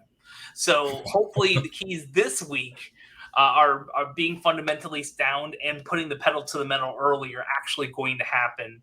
I want to go that high, but it is still something new. I'm going 48-10. I mean, 60 is a lot, and I hope I am wrong. I think they're going to score 1 or 2. I think we're going to score a lot. I think it really depends on turnovers, because we're not doing great on that side of the ball, right? We're negative a bunch. We're not +4 like Villanova is, but hopefully we get closer to even by the end of the week. All right, Trey, what's your poison? My poison would have to be kind of like what Alan was saying. Just Timmy just doesn't look good. And of course, I think just the talent's going to beat it out where we can still probably potentially score 50, 60 points. But you'll know if there's no chemistry, offense looks sluggish, dumb mistakes, false start. If everything just kind of just looks bad, especially now going into week 3, I think that's the worst thing possible for me, poison-wise. My score prediction, I'm going to go on the lower end. I'm going to go 49-7. I think maybe they get one later. I think defensively they're going to come out strong, because I think they know that, hey, we lost JRP. We got to – we have great Tim. He's really a good player too, but I think just as a defense, when your quarterback goes down, naturally you're just like, we got to step up as a unit and kind of carry. So I think they're going to put out a good showing. I think maybe they sneak one. It could be off of a turnover from offense. It could be a special teams error. It could be anything, one big play you can score. So I think they may sneak one, but I think the defense is going to have a good showing. So I'll go 49-7. All right, awesome. Yeah, my poison for this week's going to be the O-line. They need to get their crap together before we play Kansas State. And by that, I mean, stop jumping off sides. Drake, figure out the snap count. And I think that's the only poison that we have. I don't think that we're going to go crazy with Timmy. I think Timmy is, I think we're going to go vanilla with him. And I have a feeling he's going to be running a lot just to get him used to getting hit again. So based on the way they moved the ball against Kent State, that one quarter he was in, they could throw the 2s out there, and I think they're going to score probably 52 points. So I'm gonna say this. I'm gonna say for my prediction, because they are FCS, higher end FCS, I think that's better than what Kent State was because of their situation. I'm gonna say 48-10. Good guys, obviously. So that's going to be my prediction for this week. All right, now that we've got that done, let's go. Huh? It's a good one. Was that the one You and had Josh to? have the same prediction. Oh, well, then I'm going to say 52-10. Just to one-up you, Josh. because I hate when that happened. Ben used to do that to me all the time on Nightline. So I don't want to do that this time. So 52-10, good guys. Timmy doesn't show 10, much. right? Yeah. Yep. Only because Josh had 48-10. All right. So I'm going to put an asterisk on that one. All right. Moving on, the next quick segment we have is the Big 12 recap. So, Alan, I'm going to let you tell us how the Big 12 did this week. All right. So, Big 12 did pretty good. Overall, the league went 10-4. There's a couple decent wins. Kansas beat Illinois, so they beat a fellow Power 5 team. Obviously, we beat Boise. The 4 losses, I'll just start with that because there was only 4. But number 12 Utah was able to beat Baylor, so Baylor is not off to the best start to their season. Then the other losses were Iowa beat their rivals in Iowa State, and then but we weren't expecting much. We weren't expecting much out of Iowa State. They just had that big scandal where half their team got kicked off for gambling. So I wasn't expecting much out of that. Yeah, I mean, so the Utah Baylor loss wasn't that surprising. Obviously, the Iowa State was, and Oregon beat Texas Tech. Number 13 Oregon beat Texas Tech. Not a big surprise there. The big surprise. The big surprise was Texas Tech should have won that game. That was the big surprise. They were leading. Well, it's not surprising that they lost, though, is what I'm saying. Yeah. That's what I'm saying, too. I'm saying the big surprise is they should have won that game because we weren't expecting them to win that game. So for me, the big surprise is they should have won it and gave it away at the end.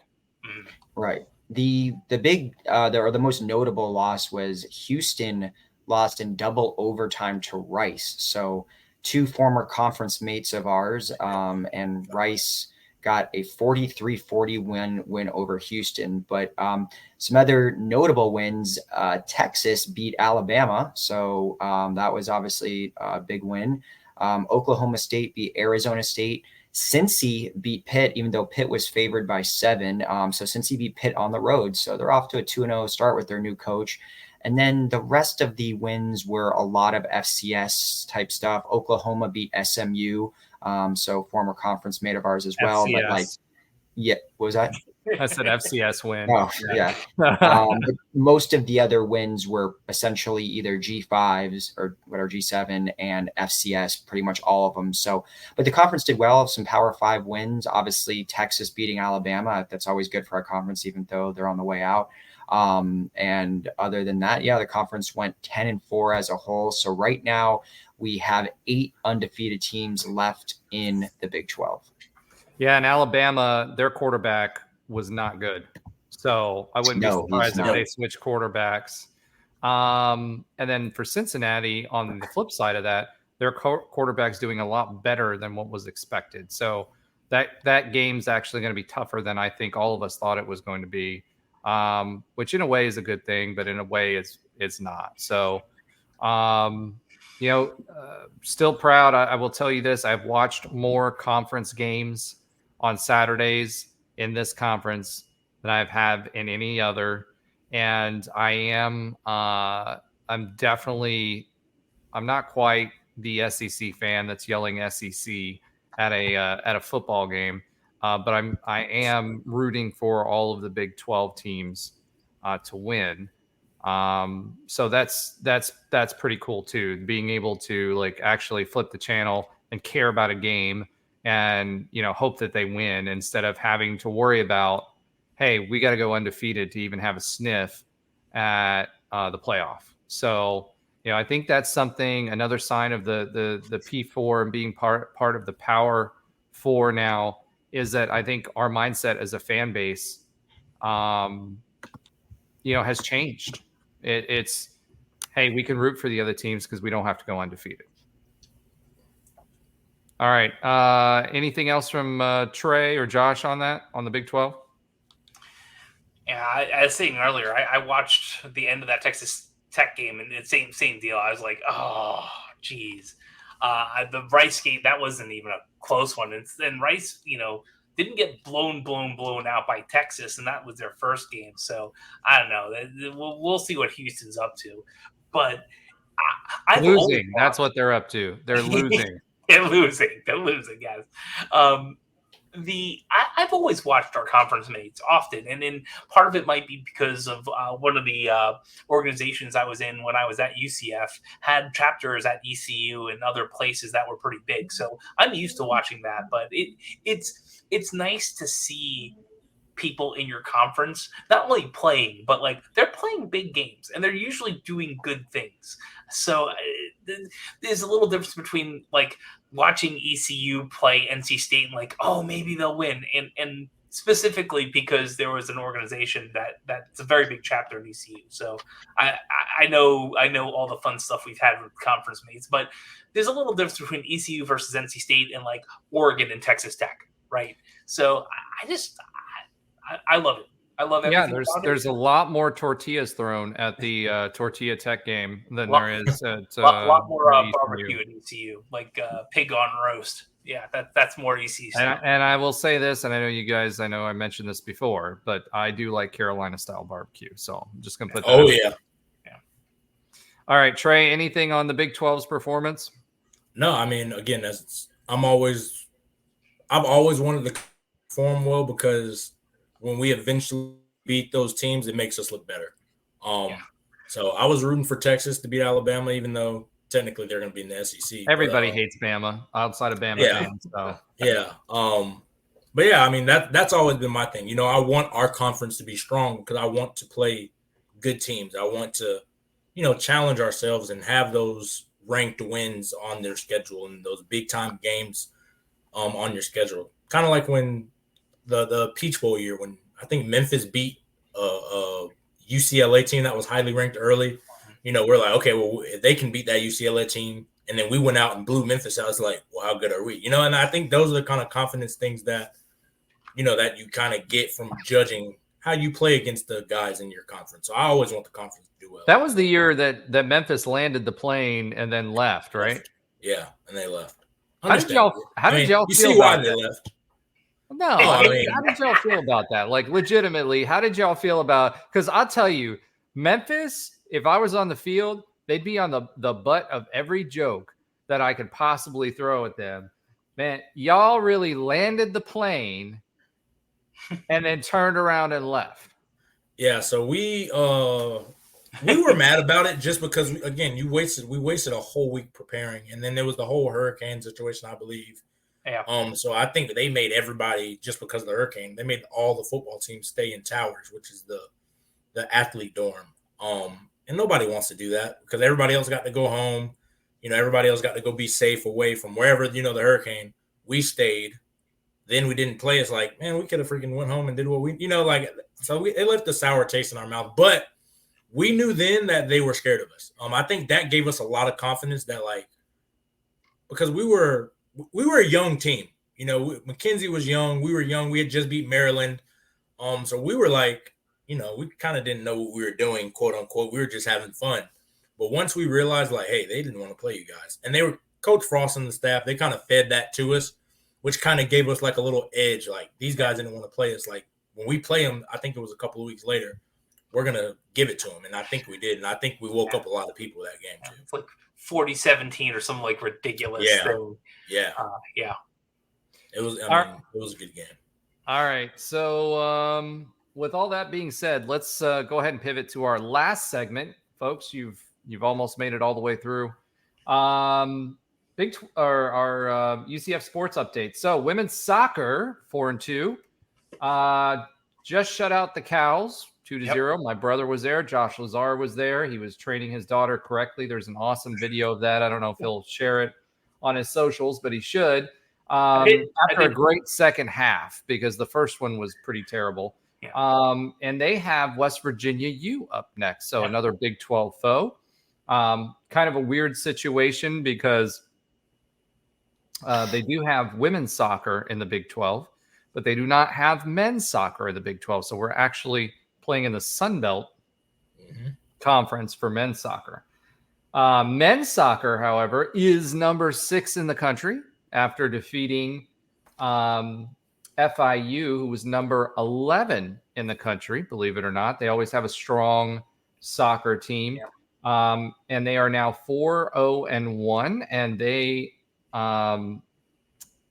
also defeated number 4 Clemson, and they also have West Virginia on deck. So they'll be playing West Virginia because West Virginia plays men's soccer as well and is also in the Sun Belt with us. So we have another Big 12 in the Sun Belt with us. And last but not least, women's volleyball, number 28. They just got bumped up in the rankings, beat FSU and UTSA. So they are now 8-1. They've got lots of P5 wins, and they have Purdue up next. And it's funny because I don't know how you guys feel about this, but with the other sports, it always used to be, we were competitive against other P5 teams.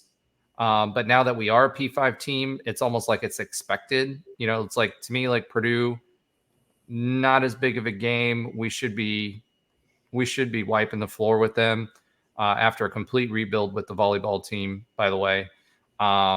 But I don't know. It's just a different feeling for me now seeing those other teams on there. It's like, okay, we should be playing them and we should be beating them. So the expectations have been, we talk about in football, how 2017, 2018 raised expectations. I think for me in the other sports, it's been raised as well. So any commentary on any of that from you guys? Well, I talked a little bit about the women's soccer. It's briefly. I posted on, and I think I added the women's soccer team on on the corner. So the first half was not great. We were giving up the ball a lot, and actually, I think the women's team have a couple of their players that need to get back on the field too. So there's reasons for some of that, but. The first goal just kind of came out of nowhere, and it was wonderful. And then once that, just like I was talking about on the football side, once they see something getting in the back of the net, they put on pressure. So I filmed one of the corners when they were starting to pour on the pressure, and my daughter was like yelling. It was cute, and I got it. It was a wide shot, but I got it. It was almost the same shot that the actual soccer team put out. And it was fun. It's on my socials, but at Josh Lazar on Twitter X. But yeah, it was a great and fun game, and it was wonderful. And I will tell you, I agree with your expectations, but I still think there's layers to it, right? Just like O'Leary said, there's the check cashers and everyone else, right? There's still the check cashers and everyone else in every conference, even in the P4. I'm not going to say 5. You had to have an injunction to not have your conference decimated. You're not a conference in the P5 after this year. Well, the conference is already decimated. Dissolved is the right word. It's fair. So I still excited to see Purdue's and FSU's and things like that. And I think it just may be a little heightened when I want to see women's soccer go to UNC and do well, or Stanford, in the upper echelons of those sports. That's kind of where my fan mentality has gotten to. Awesome. All right. I agree. I think expectations have risen. The Purdue's of the world don't excite us anymore, but the play should. Our Olympic sports have raised their game, just like softball. Expectations have raised. So make sure that you're out there supporting the team because they deserve it, and they're going to put on a good show, and they win an awful lot. So highly ranked teams, go out there and watch them. They deserve your applause. They deserve it. And they're visible on TV. If you're away, you can find all the games on ESPN Plus, et cetera now. So, that being said, that will wrap it up for this show. So we have, Villanova next week. And looking forward to another good tailgating experience for everyone, and definitely no threat of a hurricane, so that's better too. Let's have a great week. Go Knights. Like, subscribe, make sure you follow us, make sure you're telling your friends. Thank you for the support, and of course we're always open to any type of feedback that you have, because we're trying to make the show better. So go Knights and charge on. Charge on.